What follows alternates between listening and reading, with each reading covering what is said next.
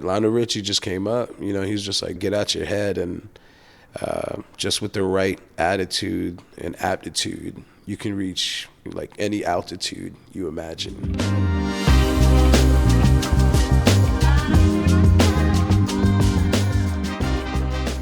What's good, y'all? It's Ajii, and this is SoundAdvice. I want to talk a little bit about Brooklyn being your hometown and your upbringing. You've talked a lot about it's been a teacher for you, your hometown. What does that mean, and what has Brooklyn taught you?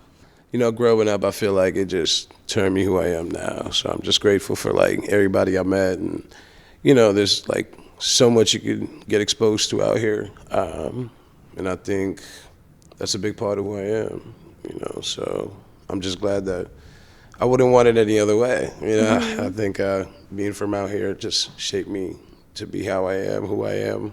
And I know family is big part of your journey and part of you. Mm-hmm. How has your family been in your journey, and how have they supported you and contributed to your success?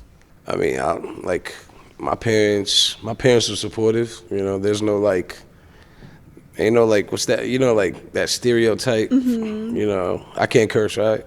You can curse. Yeah. Fuck the stereotype about like, brown parents and, South Asian parents, like, oh, just, they want you to be a doctor or some like high class, paying job or whatever. My parents was just A1. They were just like, dude, if you actually good at this, I would let you do it. And thank God I was actually good. And they've just been they've been supporting this. So if I didn't have them, I wouldn't be where I'm at now. Yeah.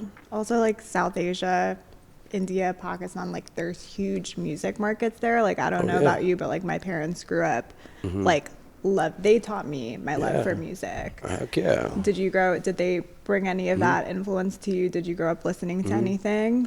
Yeah. My uncle, he's my dad calls him a marasi, which is like, it means like a musician or a musician that comes from a musician family. Mm-hmm. So, my uncle was like growing up, I would always just see him playing the tabla and like the baja, which is like, it's a harmonium. So growing up, I would always just see little circle pits of like a bunch of friends of my uncle, and they would just be jamming out, and my uncle would be killing it, and I would be like, damn, I want to sound like my uncle, you know what I mean? And I think that was the cool thing about just being exposed to that, the roots first, and then going out and finding my love for hip hop and stuff, and then just, bringing it all together. I think it was cool, but it was definitely, my uncle, my dad too. My dad got a beautiful voice, but he don't want to say it. He never want to sing, but he got a good voice.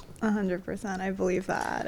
If you got your voice from somewhere, so I believe that. Absolutely. Yeah, my uncle, he's like heavy on, Nusrat Fateh Ali Khan, like a lot of like old greats. Like, so my dad would always show me pictures of like them hanging out together, like Ghulam Ali and them. So there's just like always little mementos my dad always want to show. If my dad was here right now, he probably would pull those pictures out right now. He'd be like, oh, peep this. Well, round 2, we're going to have to bring him here. Yo, for real. He'll give you a better interview. I want to talk a little bit about your journey. So you were influenced by your parents and Brooklyn, but you didn't start with music off the bat. You started working at a nursing home. Mm-hmm. Yes, and then at some point decided to make it to Idol, and did kick ass on Idol. Yeah. Now you're pursuing music full time. So walk me through a little bit of that journey. Yeah, it was, going from street lights to spotlights, it was definitely crazy. But I think, it wouldn't never started if I didn't have like people at the job telling me, like, hey, don't die with this music in you, dude. I hear you wailing through the halls of the nursing home sometimes while you're singing, and not while, during the daytime, not at night, like that much. But I think, a lot of that came from just people around me telling me to go audition and just pursue music. And I think that's what made me kind of get into the mindset. And it's crazy because it was that same day, actually, one of my friends was at the job. She was like, dude, audition. And while I was scrolling through like Facebook at the front desk at the nursing home, I'd seen a little virtual ad like send a video in, and it's cool. It was like I had a video from like I recorded the same day like on the piano upstairs, so I just sent that in, and it was just like butter. It just happened naturally, and then after the show, I just felt like I just couldn't go back. Like I feel like I just got, okayed to chase my dream, man, so when you love it that much, you just don't want to stop. Okay, before we go into post-Idol, I want to touch upon a couple of the things that you said. Okay. So you saw this ad at the nursing home, and you were like, this is my sign. What made you decide as like your first step to do something like Idol versus, like using a TikTok to get your voices out and putting your videos out there for exposure? What made Idol so appealing?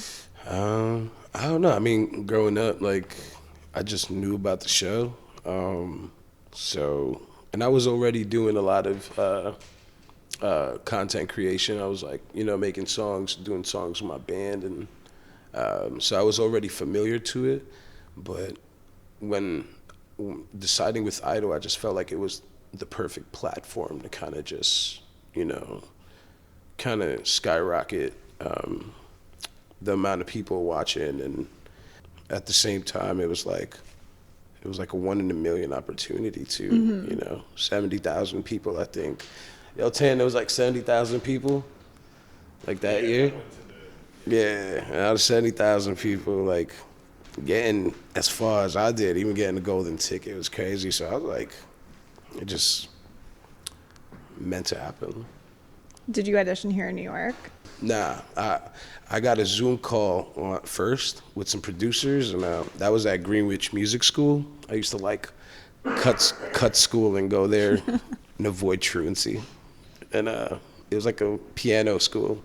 So I did the Zoom call there, and they okayed me. They were like, hey, sound really good, man. We would love for you to come to LA. And I didn't believe it at first, I was just like, yo. I think even when they emailed me at first, I didn't believe it. I was just like, I just kept asking my friends, like, yo, dude, can you check this email? Does it look real? You know what I mean? So, yeah, crazy. You were golden ticket winner, holder. Type shit. Fan favorite. Katy Perry's favorite. Yeah. Judge favorite. Like, you were just everything. And obviously you received a lot of love on the show, but also after the show. So with this new surge of fan base, how have you navigated it post-Idol to bring them along your new journey with you? And what advice do you have for other creators and other artists who are experiencing this like new surge in growth, whether it's from a show or TikTok? What should they be doing, and how have you successfully navigated it? Yeah, absolutely. I mean, after the show, it was definitely one of those things where, I could have came back to New York and just, went back to the nursing home. Yeah. I had people around me, my manager now, which is, my best friend, that was just like, yo, dog, like, let's stay here. I think it's a smart move. And it was the smartest thing I did, because I just started outbounding to a bunch of people that reached out and made some connections, and shared a bed with the homie for like almost a month, eating Trader Joe's bulgogi and like instant rice, just hustling, trying to like be seen by, somebody. I did like a public series as well, where I was just singing in public until I got signed, and I think it took like 28 days, 28 videos consistently, to the point where people that were, involved with American Idol had reached out. They were like, yo, dude, let's take you out to go pitch you somewhere with some labels. So it was definitely a journey after, I kept pushing my date. Like like on American Idol, they pay for your flight there and back and stuff, when you get eliminated. But I just kept pushing my flight. I'm like, nah, I think I got a session today. I'm gonna push it another week. I just kept going.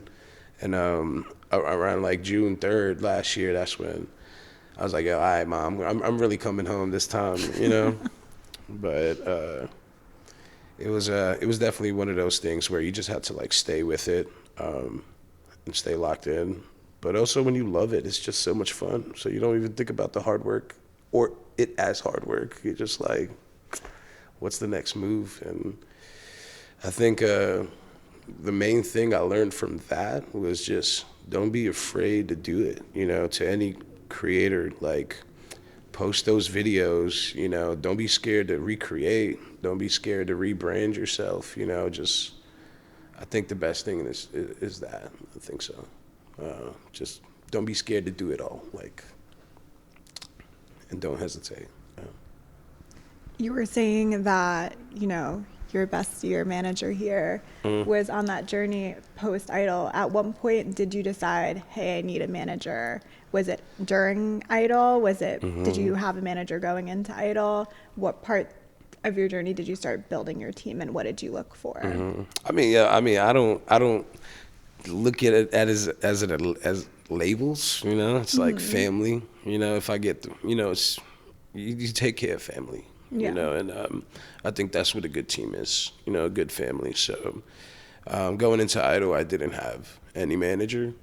I just had good people around me, and then as you progress, paperwork gets involved, and then you're just like, whether it's any deal, with a label or anything, there's always, you can work with people that they provide you, or you can have somebody that you can trust and be happy to tackle the world with, So I feel like I was blessed with that, just good people around me. And I think that's the best way to do it, I think when the foundation ain't strong, it's not going to last long. 100%. One of my favorite things about your Idol journey was when I think I told you this when I first met it. Me and my sister watched the whole season and just were so excited when we saw you for your audition, and just going through, we were just like, it hit us with chills, with so much emotion. Thank you so much. It's really cool to be able to see people like you do things like that in the media and just like be successful in fields that we're not often in. I feel like there are not many South Asians that either go on Idol or make it far. You're like among, like, I know them all. Like I can name them, like Anoop, like Sanjaya, Alyssa Ragu, Arthur Gunn. Shout out Alyssa, she was on my season, man. Yeah, it's you can name them on one hand. And now absolutely. We have Ajii. Heck yeah. And it's so cool. What did representation on Idol mean for you? And where do you see it evolving? Yeah, I love that. I mean, in the industry. Great question. I feel like you got to have that representation. I think even getting on the show, it wasn't even a sense of, I got to represent. It was like, let me just wear my heart on my sleeve, and coming from a musician background, it was, I felt like it was not hiding myself from the world was the best thing I could have done, and the fact that you resonated and so many other people, any background, it's just been, it feels good to be like, when you feel alone sometimes, and it feels good when you don't feel alone, so I'm glad I made that connection with people for sure. Yeah, the fact that you could even connect with them, like, through the screen too, like we're all like sitting, we're not even live. I have not heard you live once yet, so can't wait for that to happen soon. Absolutely. But I got you. It's doing a little something. This mic is amazing. We're hearing your voice on our couch at home, and we're like, whoa, like we're just like sad. Thank you so much. You obviously had 3 incredible judges on your season who are so talented, have had this long career. I'm sure there was a lot of mentorship there. What's the best piece of advice one of the three judges has given you that has come with you post Idol? Yeah, definitely three tremendous judges, all good fire in their own lane. I mean, I think Lionel Richie told me some of the realest shit, and it was at a real situation because I had low key lost my voice on the show because I was like cheering for everybody, and it was like a huge concert. Think about it, it's like 300 people like that all got like golden tickets, beautiful voices, and you're just getting this free concert, So if I went back, I'd probably lose my voice again, But yeah, during the final judging for the top 24, I was sitting down and lost my voice. I had just performed without it, kind of. But Lionel Richie just came up. He was just like, dude, with the right, like your voice still sounded good. He's like, get out your head and just with the right attitude and aptitude, you can reach like any altitude you imagine, So that was one thing when he told me, I was like, dang, it's like, you could hear that at a barbershop in New York somewhere, Yeah, for real. From so poetic. But hearing it from Lionel Richie, I don't know, man. It was surreal. Even when I say those words now, I get chills, But yeah. Do you still feel like you got a lot of support from the Idol community? Oh yeah, it's like a big family. It's like a big like fraternity for life, It's like a bunch of good people, whether it's people from seasons before or people on your season, the family and the crew cast themselves, they're making people's dreams come true, Yeah. So you got to be grateful for them. So yeah, like whenever they need me, I'm there, man. That's family. Being early in your full-time music career now, what have you learned about financial management of the industry, and what is something you want to learn more about? I mean, yeah, going from the nursing home to, doing this now, it's definitely a livelihood now, right? Where it's like at the nursing home, I was just getting a check and making songs with my band and making music on the side, but now it's just a real thing. So I think the main advice is to just utilize your craft as much as you can, and at the same time know your worth, and get your worth. I wouldn't say just do it out of passion, for sure, do music out of passion, but at the same time know your worth. Shout out all my songwriters out here, y'all worth more. No, I mean, for us, we have this conversation with artists like daily. It's just a really complicated landscape, and you have to kind of know where you're getting your money from. There's so many different lanes that you can monetize your music off of. Is there anything in the process so far that you feel like it's been, there's not as much transparency, or you like feel like wanting to learn more about in terms of where you get your money from, whether it's royalties or I mean like I'm an old head, like when it comes to knowing the facts. So I read all the books you need to read, like Donald Passerman's. I forgot the name right now, but that book, it just tells you a lot. So even on Idol, I'm pretty sure they gave me that book. Yeah. And it just it breaks down publishing rights, how like copyrights of songs are split in like two and stuff, and just the deep ends of things. So just knowing your product in and out, knowing that part is definitely major. So it was having that knowledge, but then going into Idol, and then after I don't know, I just seeing that book again, I was like, okay, cool, I ain't tripping, I know what I'm in. But I feel like, there's a lot of things I'm still learning, like everything's changing, DSPs, streaming, gains and stuff. I think right now the best thing is just, working with just dropping and, syncing, a lot of TikTok, and a lot of just messing with the social media and promoting your brand, but like merch, all of that. Are we getting Ajii merch soon? Yo, the beanie way. Yeah, of course. I'm gonna definitely drop some beanies. I want to talk about all the new music that you've been working on and releasing. On Valentine's Day, Yes. we dropped a sick track with our girl Wayani. Yeah. Shout out Way. So good. Thank you so much. You guys both have insanely powerful voices and so distinct and so unique. Thank you. How did that collaboration not even come together? Because we know that you guys are friends, but how did it work with, like two big powerhouse voices? I think, I like her, like you said, beautiful voice, man. Shout out Way.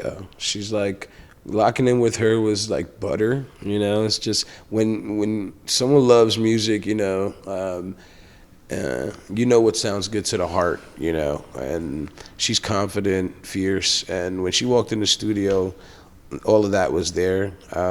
We could have did a ballad, right? We could have made a song, which we probably work on, But at the same time, this record, it was like we were both going through something. Well, I was, and it's that thing where you just want to talk about it, but you don't want to sulk in it. So I feel like that song came out on some, lover vibe, but also for a heartbreak, and it's just, but like dancing it away, dancing with it. So I feel like us both riding that mid was pretty cool. Like not going full strong ballads, just having a good time. I think that was the main thing in that session, and I'm glad we got to share it. Yeah, I'm glad that you guys did too, because it's a hit, and we're so happy to have it. And then your also newest single, Sadchella. Yep, that's out tomorrow. Let's talk about the process of writing that. What inspired it? What is it about? Yeah, Sadchella came about. It was actually during Idol when I was in Hawaii during the top 24. I mean, throughout the whole show, like you met so many artists that were, we were singing cover songs, but at the same time, everyone had a story to tell. So there was moments where everyone was just singing each other like these sad songs, and I was like, I had a bunch too, but it was like, how can I talk about this moment? And it to me, it just felt like it was like Coachella, but sad music. So I was like, I just wrote Sadchella. It felt like a party with sad songs. It was pretty cool. And if you like, even with the lyrics, it's just, they got a little deep, but the playing with it, I feel like sometimes when it writes itself, you just know it's good, and I think that's what happened with Sadchella. In honor of Sadchella, can we throw a party with nothing but sad songs? Give us your top 3 you're putting on. Okay. I mean, the track itself, it's sad songs. It's sad songs written with sad songs about sad songs. So each lyric is actually a sad song if you listen to it. Like, ain't no sunshine when she's gone, all back to black. If I ain't got you now, never coming back. Killing me softly, so there's so many songs I could say. But I think the first verse is Elton John, sad song, Say So Much. Sinead O'Connor, Nothing Compares to You, and Neil Young, Only Love Can Break Your Heart. I feel like those 3 songs, when I first heard them, I was like, wow, like, you cry. You cry. So, yeah. I love a good song that can put you in your feels. Absolutely. I feel like that's what, my journey and purpose has been, just making sure people can still feel. What's next for Ajii? Hey, I feel like it's a good place to not know, but just having a good feeling about it, right? Nah, I got some good collabs coming out. Actually, with another American Idol alumni. So that's a song coming out real soon, and some music videos, and just a lot of content, And I think the best thing to do is just be okay with creating, dropping, recreating.